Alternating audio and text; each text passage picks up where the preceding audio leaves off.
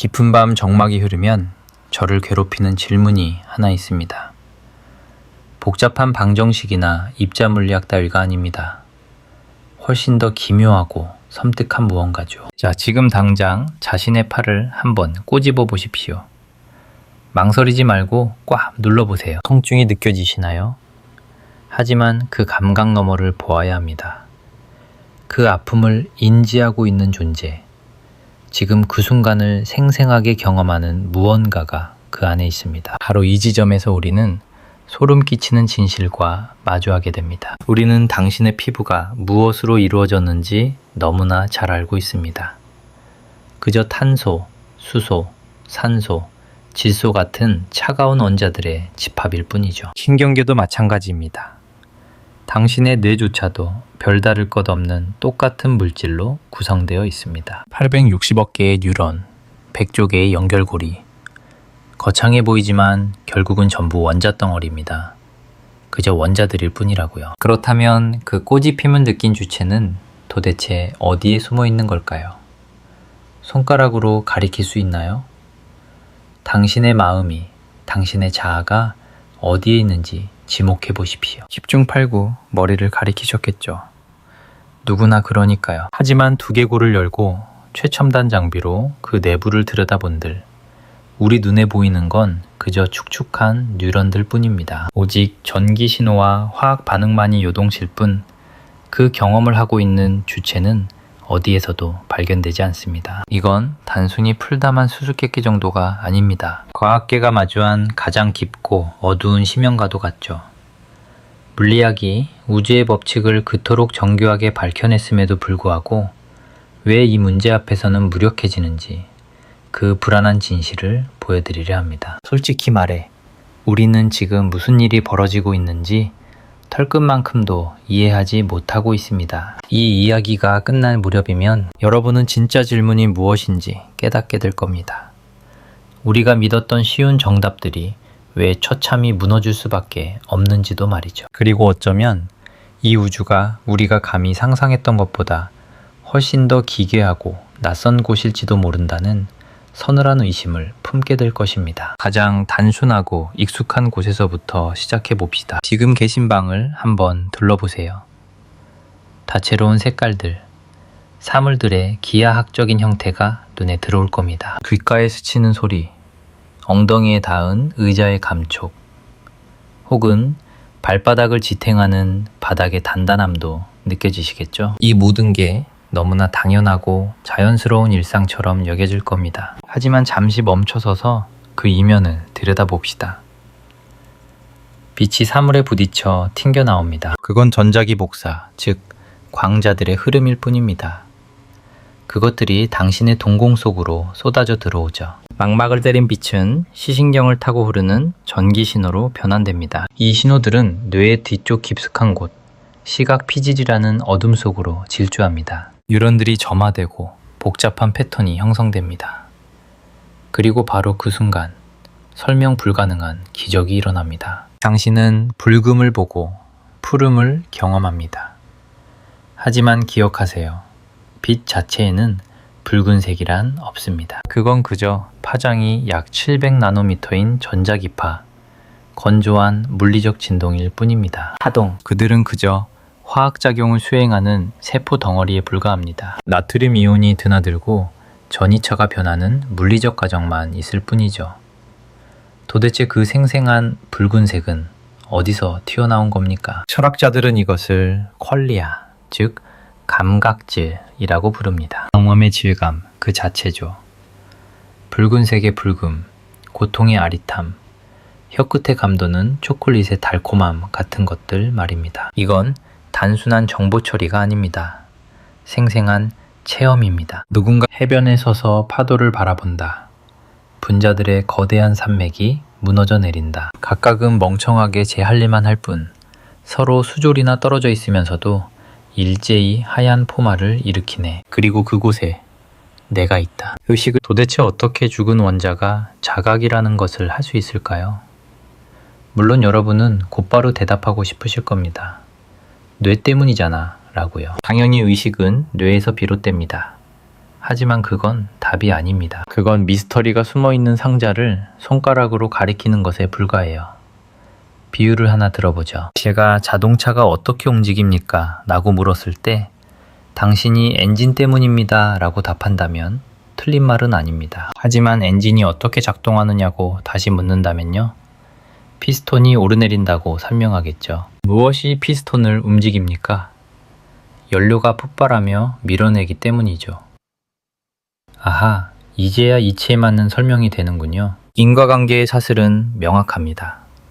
마치 투명한 유리관 속을 들여다보는 것처럼 말이죠. 연료가 타오르며 폭발하고 그 팽창하는 힘이 피스톤을 밀어냅니다. 크랭크 축이 회전하며 바퀴에 생명을 불어넣고 마침내 거대한 강철 덩어리가 앞으로 나아가죠. 이 모든 과정은 물리적이며 기계적입니다. 어떤 비밀도 없죠. 하지만 무대를 우리의 뇌로 옮겨보면 어떨까요? 기체 알갱이, 광자가 망막에 부딪힙니다. 여기까지는 좋습니다. 그 충격은 전기 신호로 바뀌어 신경을 타고 흐르죠. 신경세포들이 복잡한 패턴으로 발화하며 춤을 춥니다. 물리적으로는 완벽한 설명입니다. 그런데 바로 그 순간 설명할 수 없는 기적이 일어납니다. 당신은 붉은색이라는 생생한 감각을 느낍니다. 도대체 물리적 신호가 어디서 감각으로 변한 걸까요? 차가운 전기 신호를 뜨거운 주관적 경험으로 연금술처럼 바꾸는 것. 그 메커니즘은 그 누구도 모릅니다. 심지어 우리가 어떤 대답을 들어야 고개를 끄덕일 수 있을지조차 짐작하지 못하고 있죠. 철학자 데이비드 차머스는 이것을 의식의 어려운 문제라고 명명했습니다. 쉬운 문제들과는 차원이 다르다는 뜻이죠. 쉬운 문제란 이런 겁니다. 뇌가 정보를 어떻게 처리하는가, 신체를 어떻게 움직이고 눈과 귀로 들어온 정보를 어떻게 하나로 통합하는가. 물론 이것들도 공학적으로는 엄청난 난제입니다. 하지만 언젠가는 풀릴 수 있는 매듭입니다. 해결의 실마리가 보이니까요. 하지만 어려운 문제는 본질이 다릅니다. 왜 우리는 기계처럼 반응만 하지 않고 굳이 무언가를 느껴야 하는 걸까요? 왜 정보 처리 과정에 내면의 삶이라는 부산물이 동반되는 것일까요? 당신이 된다는 것에는 왜 특별한 느낌이 존재하는 걸까요? 다른 방식으로 질문을 던져보겠습니다. 당신이 완벽한 로봇을 하나 만들었다고 상상해 보십시오. 녀석은 보고, 듣고, 말하고 당신이 하는 모든 행동을 오차 없이 수행합니다. 겉모습만 보면 영혼이 있는 존재와 구별할 수 없습니다. 하지만 그 내면은 텅 비어있다고 가정해 봅시다. 어떤 기쁨도 고통도 없고 칠흑 같은 어둠 속에서 계산만 돌아가는 기계 덩어리. 이런 철학적 좀비가 존재할 수 있을까요? 정답은 모릅니다. 하지만 여기서 중요한 통찰이 나옵니다. 물리학, 화학, 심지어 뇌과학의 법칙만으로는 이 영혼 없는 기계와 인간을 구별할 방법이 없다는 사실입니다. 우주의 그 어떤 방정식도 물질이 이렇게 배열되면 슬픔을 느껴야 한다 라고 말해주지 않으니까요. 철학자 토머스 네이글은 이 난해한 주제로 전설적인 논문을 남겼습니다. 질문은 속임수처럼 단순해 보였습니다. 박쥐가 된다는 것은 어떤 느낌일까? 잠시 박쥐의 삶을 그려봅시다. 녀석들은 눈이 아닌 소리로 비행합니다. 고주파를 쏘고 돌아오는 메아리를 듣죠. 그 소리의 파동만으로 물체의 모양과 크기, 표면의 질감을 읽어냅니다. 칠흑 같은 어둠 속 날벌레의 미세한 움직임까지 감지하죠. 이것이 박쥐가 세상을 인식하는 유일한 창입니다. 자, 이제 그 느낌이 어떨지 상상해 보십시오. 눈을 감고 집중해 보세요. 입으로 소리를 내고 그 울림을 귀로 듣는 당신의 모습을 떠올릴 겁니다. 하지만 네이글은 단언합니다. 당신은 실패했다고요. 당신은 닭쥐가 된 느낌이 아니라 닭쥐 흉내를 내는 사람의 느낌을 상상했을 뿐입니다. 진짜 박쥐의 내면에서 벌어지는 감각은 결코 닿을 수 없는 영역입니다. 박쥐에게는 박쥐만의 고유한 내면 세계, 그들만의 우주가 존재하기 때문이죠. 우리는 그 우주로 들어갈 수 없습니다. 데이터가 부족해서가 아닙니다. 경험이라는 것은 본질적으로 주관적이기 때문입니다. 오직 그 존재의 관점에서만 성립하는 세계인 것입니다. 이것이 문제의 핵심이자 딜레마입니다. 과학은 객관을 추구합니다. 우리는 대상을 밖에서 관찰하고 자로 재고 수치화하여 분석합니다. 모형을 만들어 설명하려 하죠. 하지만 의식은 안에서 밖을 바라보는 시선입니다. 이 안과 밖 사이의 심연을 어떻게 건너야 할지 우리는 아직 지도조차 없습니다. 더 기막힌 사실을 하나 알려드리죠. 당신의 두개골 속에는 약 860억 개의 신경세포가 빽빽하게 들어차 있습니다. 은하수에 빛나는 별의 숫자만큼이나 거대한 규모죠. 게다가 각 세포는 수천 개의 다른 세포와 손을 맞잡고 있습니다. 그 연결의 총합은 무려 100조 개에 달합니다. 100조 개라니 상상이 되십니까? 인간의 인지 능력을 아득히 뛰어넘는 숫자입니다. 당신이 1초에 하나씩 쉼없이 샌다고 해도 100조를 다 세려면 300만 년이 넘게 걸릴 겁니다. 그런데 정말 미스터리한 점은 따로 있습니다.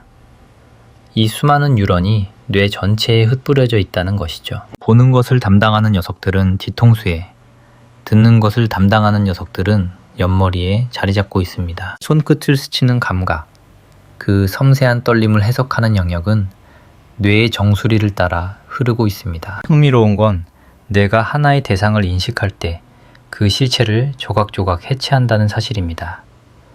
사과를 볼 때 붉은 색채는 뇌의 이쪽에서, 둥근 형태는 저쪽에서 각기 다르게 읽혀지죠. 사과가 공간 어디에 머물러 있는지도 별도의 영역이 담당하며 심지어 그것의 움직임조차 따로 처리됩니다. 하지만 당신이 사과를 바라보는 순간 붉은 얼룩 따로, 둥근 모양 따로, 위치 정보가 제각기 떠다니는 기이한 풍경을 목격하지는 않습니다. 당신의 눈앞엔 그저 완벽하게 통합된 하나의 사과가 존재할 뿐입니다. 도대체 뇌는 어떻게 이 흩어진 감각의 파편들을 긁어모아 이토록 매끄럽고 단일한 경험으로 엮어내는 걸까요? 과학자들은 이것을 결합 문제라 부르지만 그 누구도 이 미스터리의 열쇠를 찾지 못했습니다. 물론 해답을 찾았다고 확신했던 연구자들도 있었습니다. 함께 점화하는 뉴런들은 서로 연결된다 라는 유명한 명제처럼 말이죠. 만약 뇌의 서로 다른 구석에 있는 신경세포들이 마치 약속이라도 한 듯 동시에 같은 리듬으로 발화한다면 어떨까요? 그 동기화야말로 조각난 정보들을 하나로 묶어주는 접착제일지도 모릅니다. 뇌가 이것들은 하나의 이야기야 라고 선언하는 방식인 셈이죠. 꽤나 매혹적인 가설이고 실제로 이를 뒷받침하는 증거들도 존재합니다. 실제로 뉴런들은 초당 40회 정도의 주기로 깜빡이며 동기화되곤 합니다. 우리는 이걸 감마 리듬이라 부르죠. 하지만 여기엔 치명적인 맹점이 숨어 있습니다. 동기화라는 현상이 곧 경험 그 자체를 설명해 주지는 못한다는 것입니다. 그저 질문의 본질을 한 걸음 뒤로 미루는 것에 불과하니까요. 가령 제가 뉴런 ABC가 40Hz로 진동한다고 말한다면 그건 세포들의 타이밍에 대한 정보일 뿐입니다. 왜 그 기계적인 진동이 빨강이나 달콤함 같은 생생한 느낌으로 변환되는지는 전혀 설명해 주지 못합니다. 사과를 온전한 하나로 느끼는 그 관찰자가 왜 존재해야 하는지에 대해서는 침묵하고 있죠. 관점을 바꿔서 좀 더 본질적인 질문을 던져보겠습니다. 지금 이 순간 제 뇌 속에서는 수많은 뉴런이 불꽃을 튀기고 있습니다. 당신의 뇌 속에서도 마찬가지겠죠? 어쩌면 우연히 제 신경세포 일부와 당신의 신경세포 일부가 정확히 같은 주파수로 공명하고 있을지도 모릅니다. 하지만 우리가 같은 경험을 공유하진 않습니다. 당신의 의식은 철저히 당신만의 우주에 갇혀 있죠. 제 의식 또한 저만의 것입니다. 왜 그럴까요? 뉴런은 그저 세포 덩어리일 뿐 자신이 누구의 머릿속에 들어있는지 알지 못하는데 말입니다. 그들은 그저 묵묵히 화학 반응을 수행할 뿐입니다. 그런데 무엇이 당신의 뉴런을 당신의 경험으로, 제 뉴런을 저의 경험으로 규정짓는 걸까요? 저는 모릅니다. 그리고 단언컨대 이 질문에 답할 수 있는 사람은 지구상에 아직 없습니다. 자, 이제 더 기묘한 이야기를 해보려 합니다. 이 토끼굴이 얼마나 깊고 어두운지 그 바닥을 들여다봅시다. 당신의 뇌는 원자로 이루어져 있습니다. 대략 7자개 정도의 원자들 말입니다. 7 뒤에 0이 27개나 붙는 상상조차 힘든 숫자죠. 이 원자들은 다시 더 작은 존재들, 즉 양성자, 중성자, 전자들로 쪼개집니다. 양성자와 중성자는 커크라는 소립자가 모여 만들어지지만 전자는 우리가 아는 한 더 이상 쪼갤 수 없는 근원적인 입자입니다. 여기서 질문 하나를 던져보겠습니다. 만약 당신의 뇌에서 원자 단 하나를 빼낸다면 어떻게 될까요? 당신의 의식은 사라질까요? 겨우 원자 하나 때문에 그럴 리는 없겠죠. 실제로 당신은 매 순간 원자를 잃어버리고 있으니까요. 숨을 내쉴 때마다, 땀을 흘릴 때마다 원자는 빠져나가고 또 새로운 것으로 대체됩니다. 오늘 당신을 구성하는 원자들은 7년 전 당신 몸에 있던 그 원자들이 아닙니다. 거의 모든 물질이 완전히 다른 것으로 교체되었죠. 결국 의식이라는 건 특정 원자에 깃든 것이 아닙니다. 그것은 배열, 패턴, 그리고 정보의 흐름 그 자체에 의존하는 현상임이 분명합니다. 그런데 잠깐 더 충격적인 사실이 있습니다. 원자는 단단한 알갱이가 아닙니다.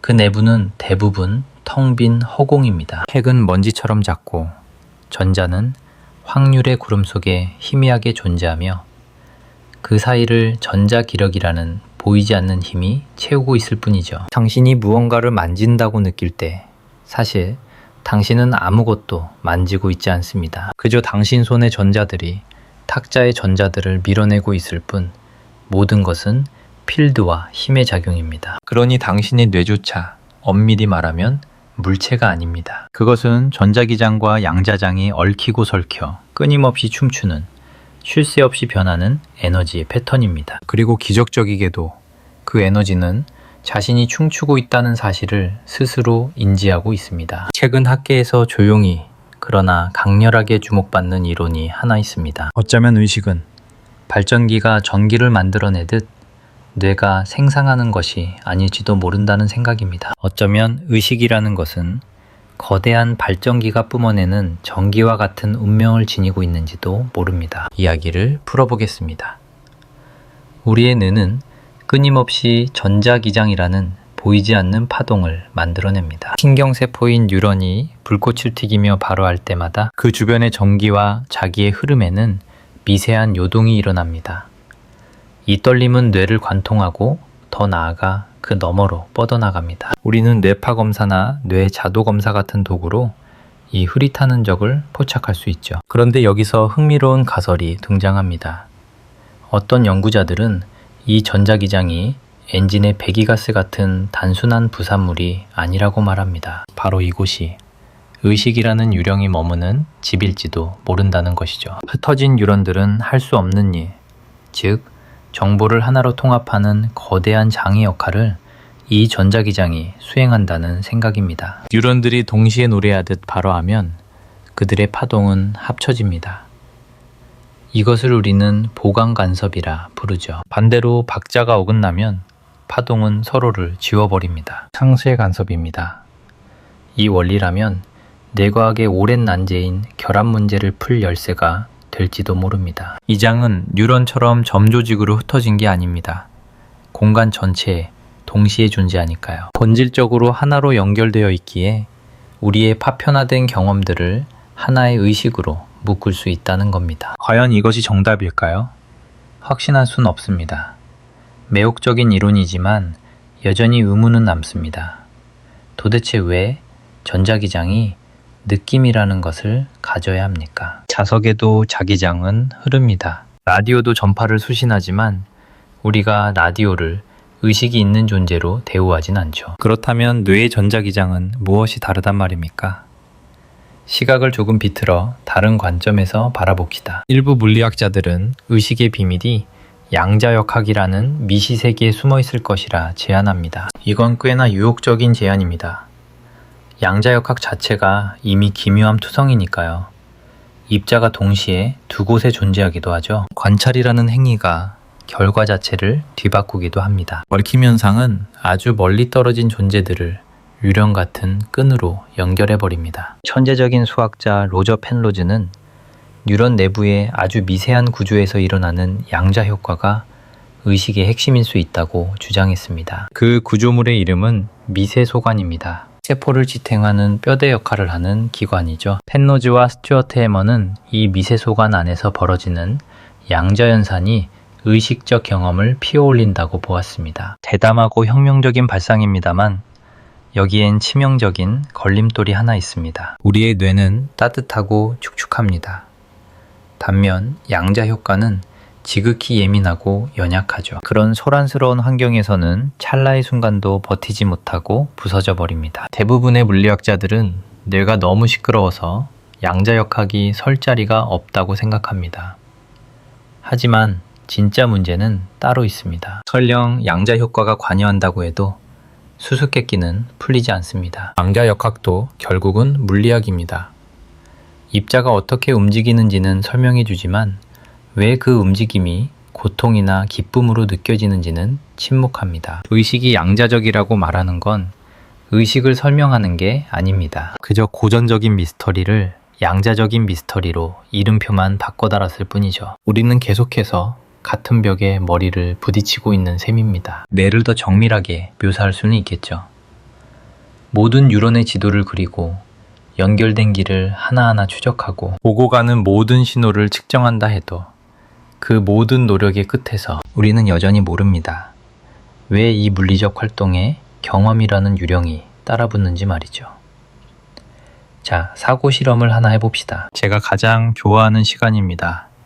우리의 직관을 극한까지 밀어붙여보죠. 당신이 붉은 사과를 바라보는 그 순간 뇌 속에서 벌어지는 모든 사건을 빠짐없이 기록한다고 상상해 보십시오. 타오르는 뉴런, 쏟아지는 화학물질, 요동치는 전이의 변화까지 전부 말입니다. 이 방대한 데이터를 컴퓨터에 그대로 저장합니다. 그리고 이제 그 기록을 재생 버튼을 눌러 다시 돌려봅니다. 다른 뇌 혹은 아주 정교한 인공 시스템 안에서 그 신호들을 완벽하게 재현해내는 겁니다. 패턴은 완벽히 동일합니다. 그렇다면 이 새로운 시스템도 붉은 사과를 보고 있을까요? 당신은 이렇게 답할지도 모릅니다. 당연하지. 패턴이 같으니 경험도 같겠지. 하지만 잠깐, 만약 우리가 그 재생 속도를 아주 느리게 늦춘다면 어떨까요? 재생 속도를 절반으로 늦춰본다고 가정해 봅시다. 그렇다면 우리가 느끼는 시간의 흐름 또한 슬로우 모션으로 변하게 될까요? 시간을 되감아 볼 수도 있겠죠. 이 시스템은 눈앞의 사과가 허공으로 흩어지는 기이한 광경을 목격하게 되는 것일까요? 이번엔 모든 신호를 뒤섞어 무작위로 송출해 봅시다. 마치 엉킨 실타래처럼 말이죠. 그 혼돈 속에도 여전히 경험이라는 것이 존재할까요? 우리는 아니라고 답할 것입니다. 하지만 도대체 왜 아닐까요? 물리적인 신호는 빠짐없이 존재합니다. 시스템을 구성하는 모든 재료는 그 자리에 그대로 있습니다. 사라진 것은 오직 하나, 바로 신호들 사이의 관계와 질서입니다. 결국 의식이란 물질이 아닌 그 구조 속에 깃든다는 뜻이 됩니다. 그렇다면 질문을 던져야 합니다. 어떤 구조여야 합니까? 도대체 어떤 배열은 영혼을 불어넣고 어떤 배열은 침묵하게 만드는 걸까요? 더욱 기묘하고 본질적인 사고 실험으로 여러분을 안내하겠습니다. 어느 한순간 당신의 뇌 속에 존재하는 모든 입자의 위치와 상태를 완벽하게 기록한다고 상상해 보십시오. 그리고 그 방대한 데이터를 한 권의 책에 옮겨 적습니다. 우주만큼 거대한 책이 되겠죠. 자, 이 책은 의식을 가질까요? 당신의 뇌가 담고 있는 모든 정보가 그 종이 위에 고스란히 적혀 있는데도 말입니다. 당신은 고개를 저을 겁니다. 그것은 그저 종이 위에 묻은 잉크 자국일 뿐이라고요. 거기엔 흐름이 없습니다. 살아 숨쉬는 활동도 변화하는 과정도 멈춰 있습니다. 의식이란 단순히 정보의 나열이 아니라 시간의 흐름 위에서 춤추는 변화 그 자체여야 하는지도 모릅니다. 하지만 그 변화란 정확히 무엇입니까? 어디서부터가 의식의 시작입니까? 과학은 아직 이 침묵에 답하지 못하고 있습니다. 여기서 저를 밤잠 설치게 만드는 딜레마가 하나 있습니다. 우리는 뇌의 기계적 작동 원리에 대해 이미 너무나 많은 것을 알고 있습니다. 당신이 누군가의 얼굴을 마주할 때 뇌의 어느 좌표가 반짝이는지 우리는 압니다. 공포가 엄습할 때 뇌의 심연 어디가 요동치는지도 알고 있죠. 특정 부위가 망가졌을 때 어떤 기능이 사라지는지도 명확합니다. 가령 방추상 얼굴 영역이 손상되면 사랑하는 사람의 얼굴조차 낯선 타인처럼 보이게 됩니다. 해마가 무너지면 어제의 기억은 영원히 사라지고 새로운 추억을 쌓을 수 없게 되죠. 이것은 분명 경이로운 신경과학의 성취입니다. 하지만 냉정하게 들여다보십시오. 이것은 인과관계가 아닌 그저 상관관계일 뿐입니다. 뇌의 활동일 뿐이죠. 특정 뇌활동이 특정 경험과 나란히 일어난다는 관찰, 즉 의식의 신경 상관물을 발견했을 뿐입니다. 동시 발생이 곧 설명은 아닙니다. 온도계의 눈금이 올라가는 것이 기온 상승과 관련이 있다고 말하는 것과 같습니다. 그것은 온도의 본질, 그 열기에 대해 아무것도 설명해 주지 않습니다. 온도계는 그저 현상을 수치로 가리키는 도구에 불과하니까요. 진짜 질문은 이것이어야 합니다. 도대체 무엇이 측정되고 있는가? 우리가 뇌에서 의식의 흔적을 찾을 때 우리는 그저 의식이 뇌에 언제, 어디서 나타나는지를 지도로 그리는 것에 불과합니다. 전기신호에 불과한 그 활동이 도대체 어떻게, 그리고 왜 생생한 감각적 경험으로 변하는지는 여전히 미지수입니다. 복자는 시간이 해결해 줄 거라 말합니다. 데이터가 쌓이고 뇌를 완전히 해부하게 되면 안개는 걷히고 모든 것이 명백해질 것이라고요. 마치 물 분자가 모여 축축함이라는 성질을 만들어내듯 의식 또한 복잡함 속에서 저절로 피어나는 창발적 현상일 것이라고 믿습니다. 물 분자 하나는 젖어 있지 않습니다. 하지만 수많은 분자가 모이면 비로소 우리는 물이라는 실체를 만지게 되죠. 하지만 저는 그 낙관론에 선뜻 동의하기 어렵습니다. 사실 축축함은 신비로운 현상이 아닙니다.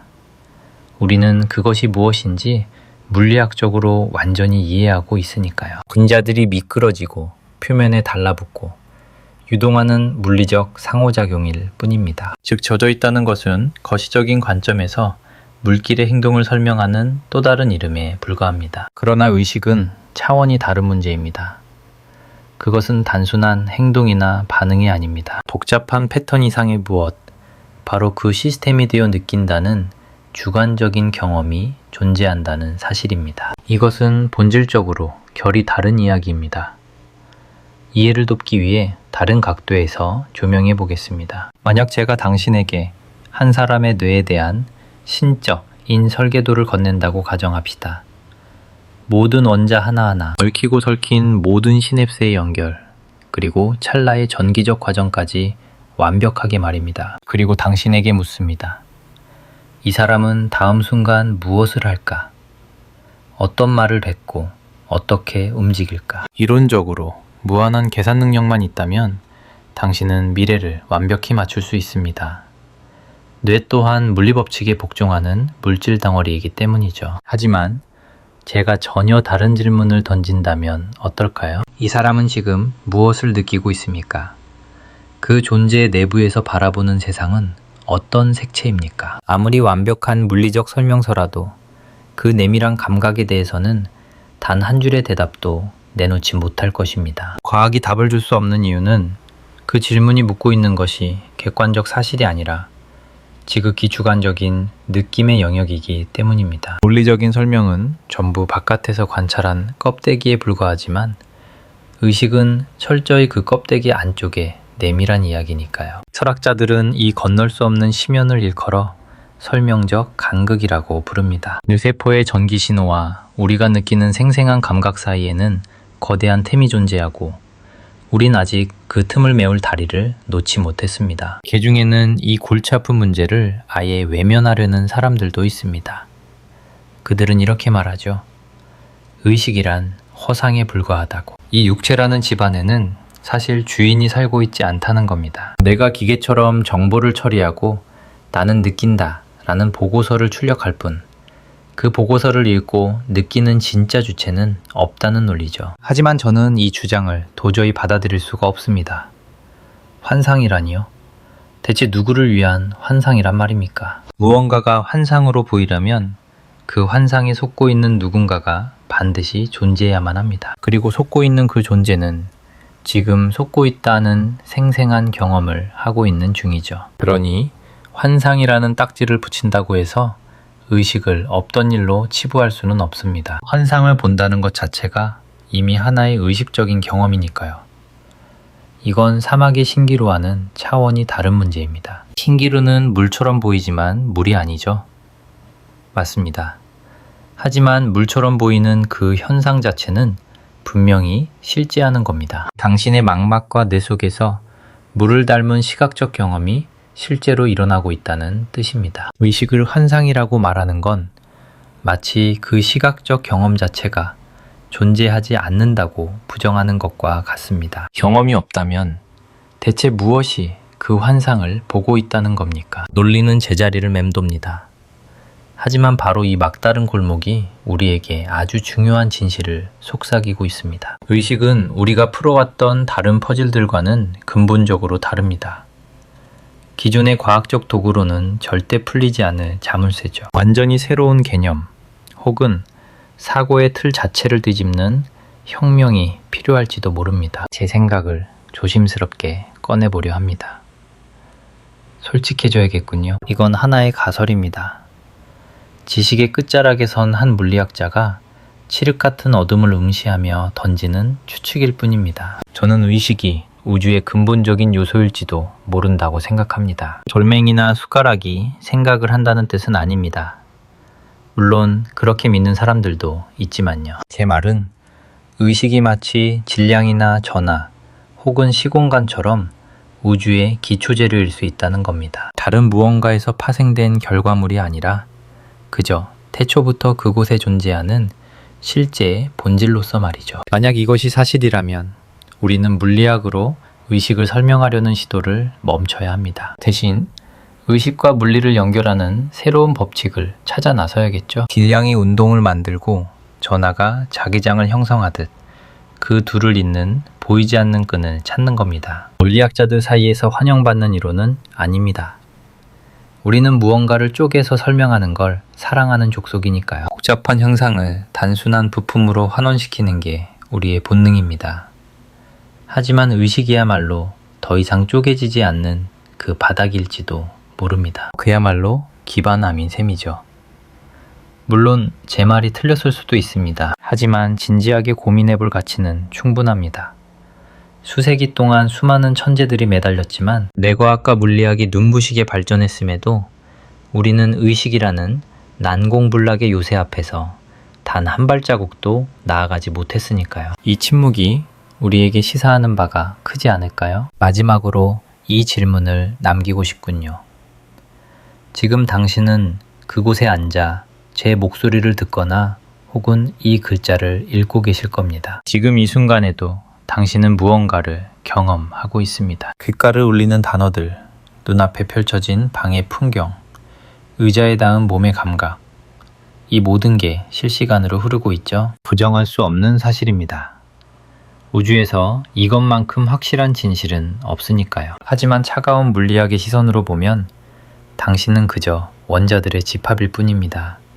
단지 원자 덩어리요. 탄소, 수소, 산소, 질소, 그리고 약간의 미량 원소들. 쿼크와 전자가 아주 복잡하고 기가 막힌 패턴으로 춤추고 있을 뿐 결국은 원자에 불과합니다. 당신을 이루는 그 원자들은 수십억 년 전 어느 거대한 별의 심장부에서 불타오르며 만들어졌습니다. 우주의 심연을 떠돌다 행성으로 뭉치고 분자로 결합하고 세포라는 질서를 갖추더니 생명으로 피어나 마침내 지금의 당신이 되었습니다. 그리고 지금 별에서 온 그 먼지들이 다시 고개를 들어 우주를 바라보며 묻고 있습니다. 나는 어디서 왔는가? 라고 말이죠. 호기심을 품게 된 물질, 의식을 갖게 된 원자들. 그것은 우주가 긴 잠에서 깨어나 스스로를 마주하는 찰나입니다. 이보다 더 경이로운 기적이 과연 세상에 존재할까요? 저 또한 이 의식이라는 심연의 수수께끼를 풀 열쇠는 없습니다. 사실 그 누구도 답을 알지는 못하죠. 하지만 저는 이것이야말로 인류가 던져야 할 가장 위대한 질문이라 믿습니다. 단지 뇌라는 생체기관에 국한된 이야기가 아니기 때문입니다. 이것은 나라는 존재의 근원을 묻는 것이자 나아가 이 거대한 우주의 정체를 묻는 질문이니까요. 그리고 어쩌면 아주 먼 훗날 우리가 이 의식의 실체를 온전히 이해하게 되는 그날이 온다면 세상의 풍경은 완전히 달라질 겁니다. 우주가 그저 허공을 떠도는 물질의 기계적인 움직임에 불과한 것이 아님을 깨닫게 되겠죠. 우주는 그 깊은 심연 속에서 스스로를 지각하고 있으며 바로 우리 자신이 그 지각의 주체임을 알게 될 테니까요. 860억 개의 뉴런이라는 창문을 통해 세상을 내다보며 이토록 압도적인 신비 앞에서 전율하고 있는 존재, 그게 바로 우리입니다. 하지만 여기서 멈추지 않고 조금 더 깊은 곳으로 여러분을 안내하려 합니다. 아직 여러분께 들려드리지 못한 가장 기이하고도 섬뜩한 실험 이야기들이 남아있거든요. 우리의 직관을 송두리째 뒤흔드는 사례들이죠.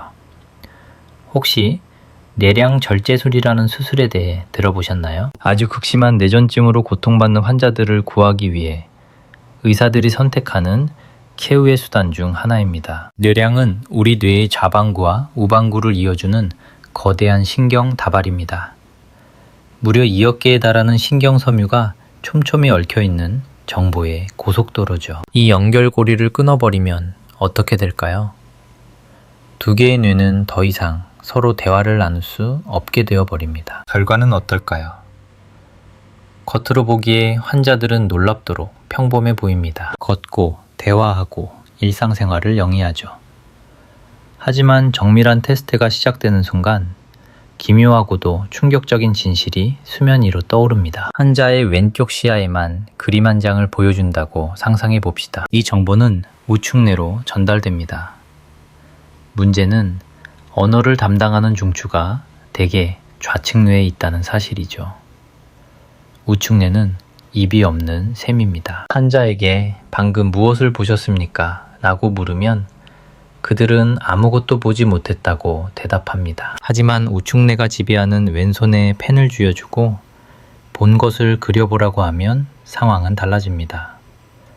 놀랍게도 그들은 그림을 완벽하게 그려내니까요. 말을 하는 좌측뇌는 우측뇌가 무엇을 목격했는지 전혀 모르고 있었던 겁니다. 우측뇌는 분명히 알고 있었지만 단지 그것을 말로 표현할 수 없었을 뿐이죠. 자, 여기서 우리는 근원적인 질문에 부딪히게 됩니다. 이 환자에게 깃든 의식은 하나일까요? 아니면 둘일까요? 단순히 정보가 차단된 한 사람이 존재하는 걸까요?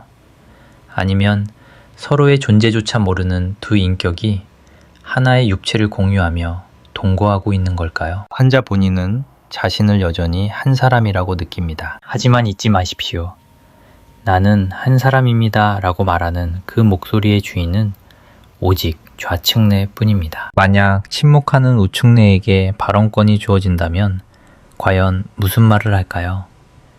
우리는 영원히 알 수 없습니다. 이 불확실성이야말로 의식이라는 미스터리의 심장부를 관통합니다.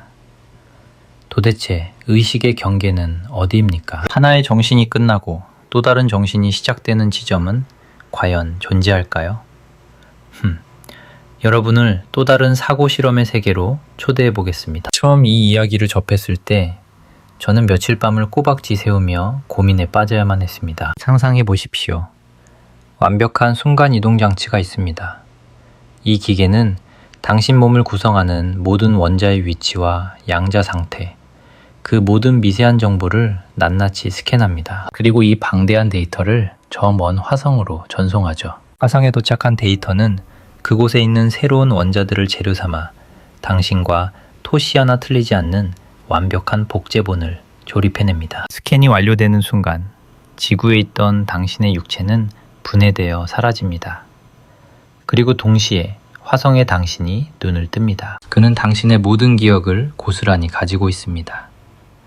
자신이 바로 당신이라고 굳게 믿고 있죠. 지구에서 전송장치 안으로 발을 들여놓던 그 순간을 생생히 기억합니다. 그의 관점에서 의식의 단절은 전혀 없었습니다. 눈을 한번 깜빡였더니 화성에 도착해 있을 뿐인 거죠. 하지만 그 사람은 정말 당신입니까? 누군가는 그렇다고 답할 겁니다. 중요한 건 원자 자체가 아니라 그 원자들이 이루는 패턴이라고 말이죠. 어차피 우리 몸의 원자는 살아있는 동안 끊임없이 교체되고 있으니까요. 패턴이 온전하다면 당신이라는 존재 또한 온전하다는 논리입니다. 반면 누군가는 고개를 저으며 이렇게 말할 겁니다. 아니, 당신은 스캐너가 작동한 순간 지구에서 죽은 거야. 화성에 있는 그 존재는 그저 정교한 복사본일 뿐이야. 네 기억과 성격을 흉내내는 아주 훌륭한 가짜지. 자신이 당신이라고 착각하는 완전히 새로운 타인이라는 거죠. 자, 당신이라면 어떤 결론을 내리시겠습니까? 두 관점 모두 당신이라는 존재를 정의하는 데 있어 섬뜩하리만치 타당한 근거를 가지고 있습니다. 두 존재는 완벽한 거울상입니다. 당신이 살아온 모든 기억, 당신을 규정하는 성격, 그리고 나라는 자의식까지 그 무엇 하나 다르지 않죠. 세상 어떤 정교한 실험으로도 둘을 구분해낼 수 없습니다. 누가 진짜 당신인지 가려낼 방법은 존재하지 않으니까요. 바로 이 지점에서 우리는 깊은 불안을 마주하게 됩니다. 어쩌면 진실 따위는 애초에 없을지도 모른다는 서늘한 예감 때문이죠. 시간을 관통하며 영원히 존재하는 진정한 나라는 건 그저 환상일 수도 있습니다. 그저 찰나의 경험들이 기억이라는 실로 엉성하게 꼬매진 것. 그것이 우리가 믿는 연속성이라는 환각의 실체일지도 모릅니다. 하지만 그렇다면 그 환각을 보고 있는 주체는 도대체 누구입니까? 느껴지시나요? 우리는 결국 같은 미로를 맴돌고 있습니다. 이성으로 탈출구를 찾으려 발버둥 칠수록 언제나 제자리로 돌아오게 되죠. 분명한 건 당신이 된다는 것에는 고유한 느낌이 존재한다는 사실입니다. 그리고 우리는 그 느낌의 정체가 무엇인지 여전히 모릅니다. 자, 이번엔 조금 다른 각도에서 이 심연을 들여다봅시다. 의식이 실제로 무엇을 하는지 추적해보는 겁니다. 여기 꽤 흥미로운 단서가 하나 있습니다. 당신이 지금 인식하는 모든 것은 엄밀히 말해 이미 지나간 과거입니다. 빛이 당신의 망막에 닿기까지도 시간은 흐르니까요. 소리가 고막을 울리고 신경신호가 뇌의 중추까지 도달하는 그 찰나의 순간에도 시간은 소요됩니다. 뇌가 정보를 처리하는데도 시간이 걸리죠. 당신이 무언가를 인지한 순간 그 사건은 이미 수분의 1초 전에 끝난 일입니다. 하지만 기묘하게도 우리는 세상이 지연되었다고 느끼지 않습니다. 모든 것이 완벽한 지금, 이 순간 일어나고 있다고 믿죠. 내가 시차를 두고 도착하는 파편적인 정보들을 솜씨 좋게 꿰맞추고 있다는 증거입니다. 흩어진 신호들을 모아 현재라는 하나의 통합된 순간을 창조해내는 것이죠. 이것이 바로 또 다른 결합 문제입니다. 바로 시간적 결합이죠. 뇌는 도대체 어떻게 서로 다른 시간대의 사건들을 묶어 단일한 현재로 인식하게 만드는 걸까요? 수수께끼는 여기서 끝이 아닙니다. 당신은 그 과정의 빈틈을 전혀 느끼지 못합니다. 눈을 깜빡이는 순간을 생각해 보세요.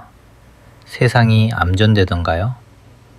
그렇지 않습니다. 단속적 운동이라 불리는 미세한 눈의 떨림이 있을 때마다 사실 당신은 맹인과 다름없는 상태가 됩니다. 하지만 당신은 그 사실을 꿈에도 모르죠.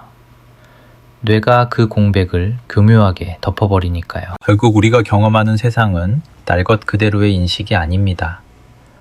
불완전하고 지연된 정보를 바탕으로 쌓아 올린 건축물이자 정교한 모델이며 최선의 추측일 뿐입니다. 당신의 뇌는 끊임없이 빈칸을 채워넣는 거대한 예측 기계입니다. 모순된 부분들을 매끄럽게 다듬고 이음새 없는 완벽한 현실이라는 환영을 만들어내죠. 그런데 진짜 기이한 점은 따로 있습니다. 누군가가 이 잘 만들어진 건축물을 경험하고 있다는 겁니다. 편집된 영화를 관람하는 관객이 존재한다는 뜻이죠. 도대체 그 관객은 누구이며 어디에 앉아 있는 걸까요? 이 지점에서 이야기는 정말로 혼란스러워집니다. 관객이 뇌 속에 있을 수는 없습니다. 만약 그렇다면 그 관객은 뇌가 보내는 신호를 다시 경험해야 할 테니까요. 그렇다면 그 신호를 처리할 또 다른 무언가가 필요해지고 그 무언가를 지켜볼 또 다른 관객이 필요해지는 끝없는 무한 회귀에 늪어 빠지게 됩니다. 철학에서는 이를 호문클루스의 오류라는 유명한 논증으로 설명합니다. 뇌 속에 작은 난쟁이를 앉혀놓는 식으로는 의식을 설명할 수 없습니다. 스크린을 보는 난쟁이가 있다면 필연적으로 그 난쟁이의 의식은 어떻게 생겨나는지 다시 설명해야 하니까요. 난쟁이의 뇌 속에 더 작은 난쟁이가, 그 안에 또 더 작은 난쟁이가, 그렇게 영원히 이어지겠죠? 그러니 의식은 극장처럼 작동할 리가 없습니다. 스크린도, 영사기도, 객석에 앉은 관객도 존재하지 않는 겁니다. 경험은 완전히 다른 방식으로 생성되어야만 합니다. 별도의 관찰자를 필요로 하지 않는 그 어떤 방식 말입니다. 하지만 우리는 그것이 어떤 방식인지 아직 모릅니다. 여기저를 혼란스럽게 만드는 또 다른 퍼즐이 있습니다. 바로 무의식적 처리의 문제입니다. 뇌 활동의 대부분은 당신의 인지 밖에서 일어납니다. 심장의 박동, 호흡의 리듬, 소화 과정.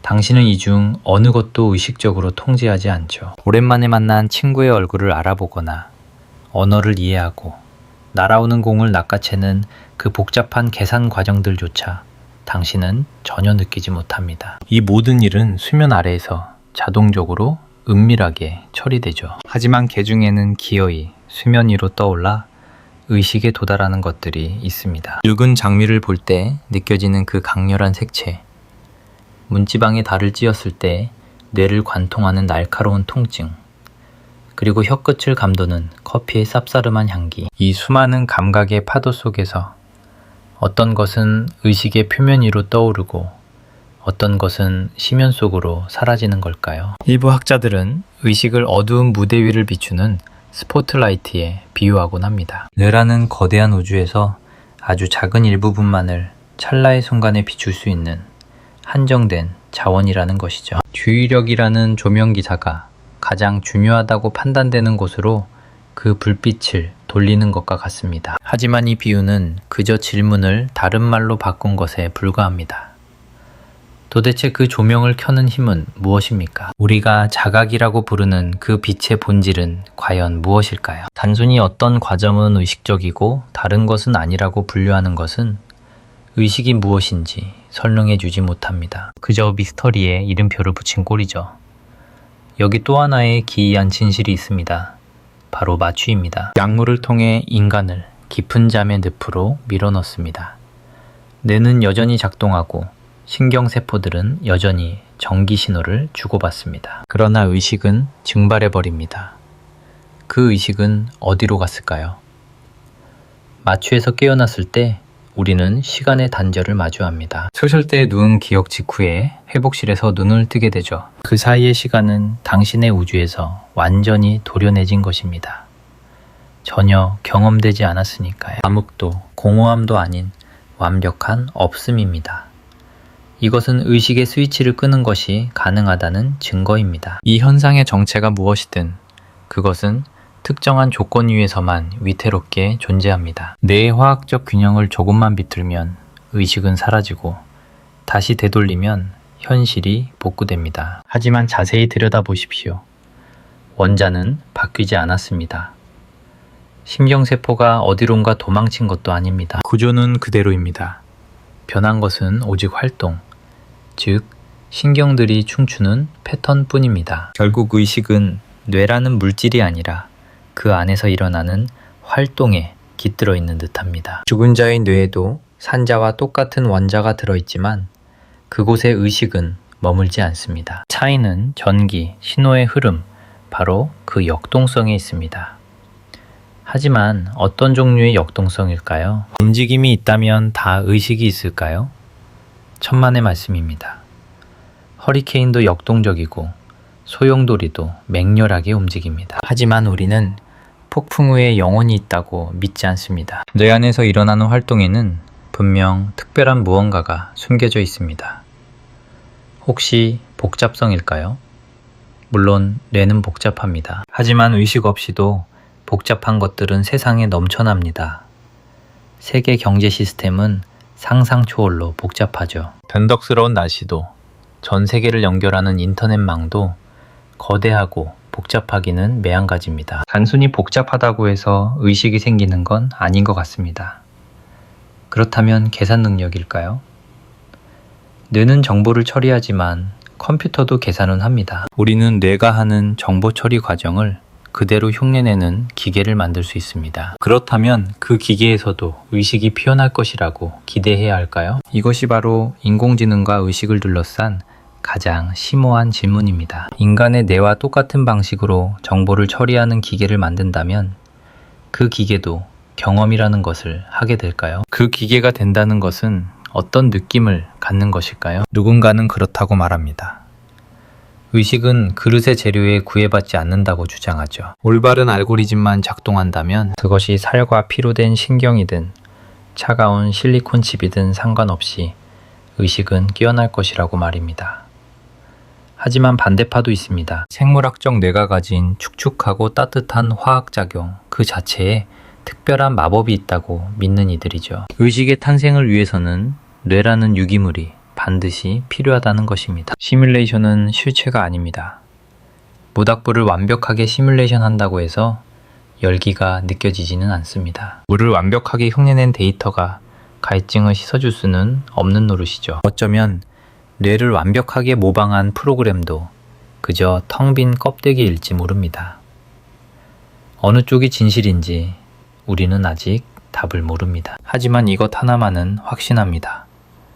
겉으로 보이는 행동만으로는 절대 이 수수께끼를 풀 수 없다는 사실을요. 기계는 의식이 없어도 마치 의식이 있는 것처럼 완벽하게 연기할 수 있습니다. 철학적 의미의 좀비처럼 말이죠.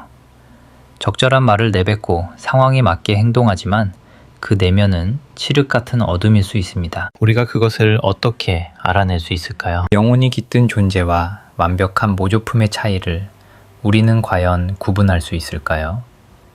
불가능합니다. 소름 돋는 진실은 바로 여기에 있습니다.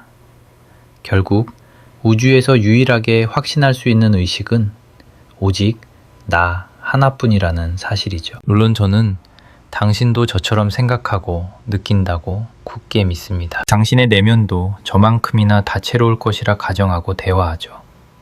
하지만 그걸 증명할 방법은 제겐 없습니다. 제 눈에 비치는 건 당신의 겉모습, 그 움직임 뿐이니까요.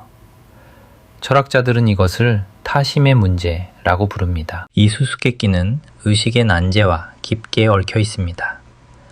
두 질문의 뿌리는 같거든요. 바로 의식의 절대적인 고독입니다.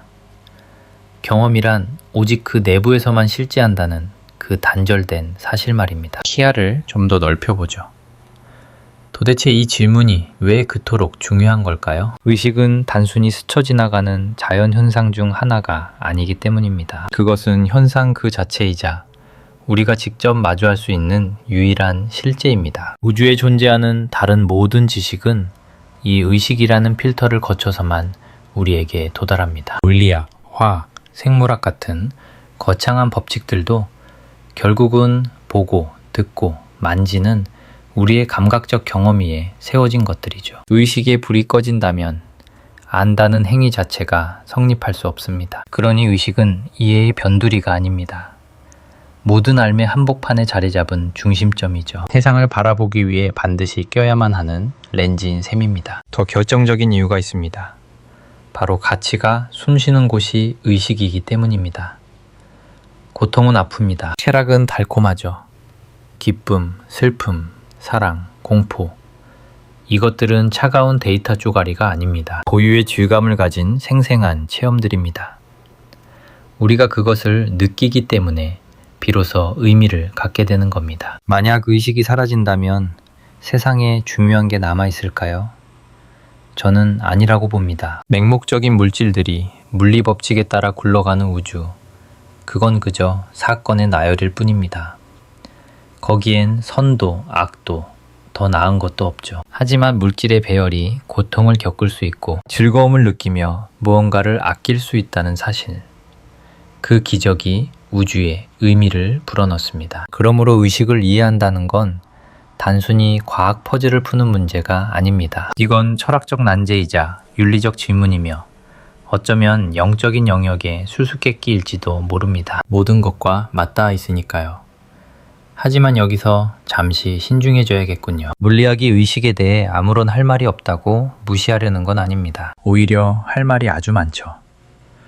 우리는 의식이 뇌라는 하드웨어에 의존한다는 걸 아니까요. 뇌를 건드리면 의식도 변한다는 사실은 명백합니다. 특정 뇌 부위가 특정한 경험과 불빛처럼 연결된다는 것도 알고 있습니다. 모두 귀중한 지식들입니다.